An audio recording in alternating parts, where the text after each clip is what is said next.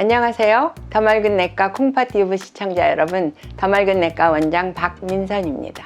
오늘은 우리와 가장 가까운 나라, 그렇지만 가깝고도 먼 나라인 일본의 투석에 대해서 알아보려고 합니다.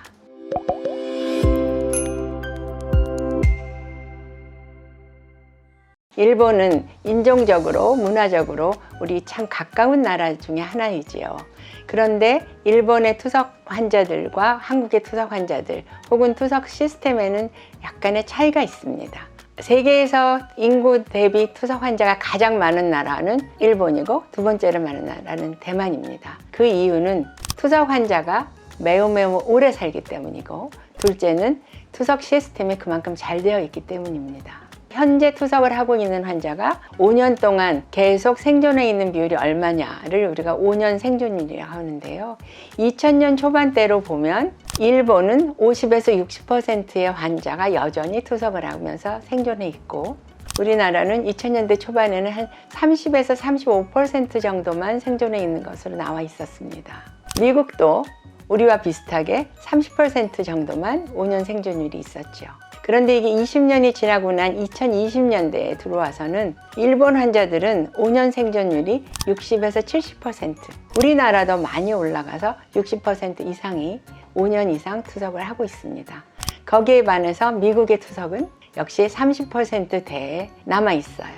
이유가 무엇인가에 대한 거는 아주 분분한데요. 첫째, 유전적으로 일본 사람들과 한국 사람들은 상당히 오래 산다. 투석을 하던 안 하던 건강한 사람이던 평균 수명이 매우 높다.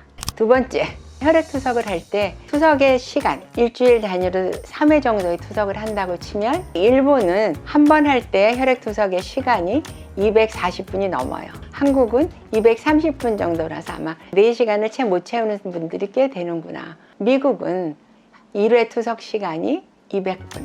그래서 2시간 40분을 최대로 하고 있습니다. 신장을 통해서 나가야 되는 요독을 빼내는데 쌓인 걸 한참 놔뒀다가 갑자기 빼내는 거하고 서서히 시간을 두고 빼내는 거하고 어느 게 더 몸에 충격이 덜 하겠어요. 역시 투석은 약하게 길게 하는 것이 좋구나라고 알려져 있죠. 전 시간에서도 얘기한 것처럼 확장된 혈액 투석, 예를 들어서 혈액투석 여과라든지 아니면 테라노바를 비롯한 확장된 혈액투석 막을 사용하는 환자들의 비율은 어떻게 되어 있는가가 궁금할 거예요.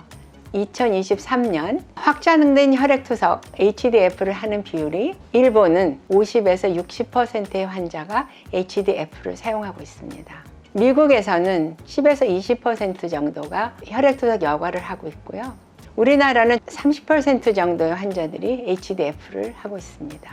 여기에 덧붙여서 테라노바라든지 HX라는 투석 요법을 하는 환자들이 얼마나 되는가를 볼 때 미국에서는 10% 정도에서 하고 있어요. 그렇다면 HDF 20%에다 이 확장된 투석 10%를 합쳐도 전체의 3분의 1 정도만이 확장된 혈액 투석을 하고 있는 거죠.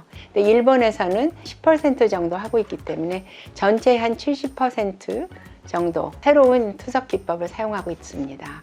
근데 우리나라에서는 확장된 투석은 약 10% 정도 하고 있기 때문에 전체에서 한 40% 못 미치는 환자들이 확장된 투석을 하고 있죠. 그러면 여기서 의문이 생길 겁니다. 이렇게 좋다면서 3분의 1밖에 안 쓰나요? 여기에 숨어있는 비밀은 혈액 투석의 수가 문제입니다. 그래서 우리나라는 의료 보험 환자가 1회 투석을 했을 경우에 이거는 정액 수가제라고 해서 내가 어떤 좋은 필터를 쓰거나 어떤 좋은 방법을 쓴다고 해서 환자분들한테 더 많이 돈을 내시라고 차지할 수 없고요. 투석액, 필터 다 합치면 일본은 미화로 200불 정도입니다.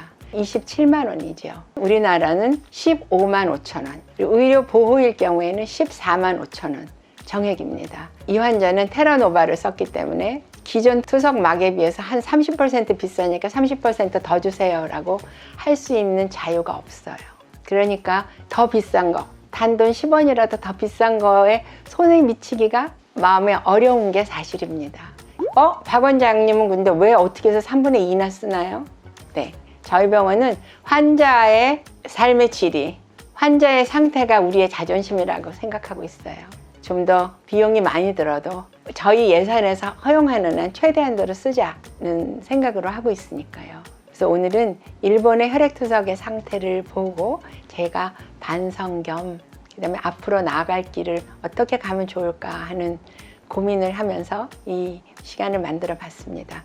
여러분들 의문 댓글에 남겨주시면 제가 성심껏 답변하겠습니다. 오늘도 더 맑은 내과 콩파튜브 시청해 주셔서 감사합니다. 구독, 좋아요 부탁드립니다. 감사합니다.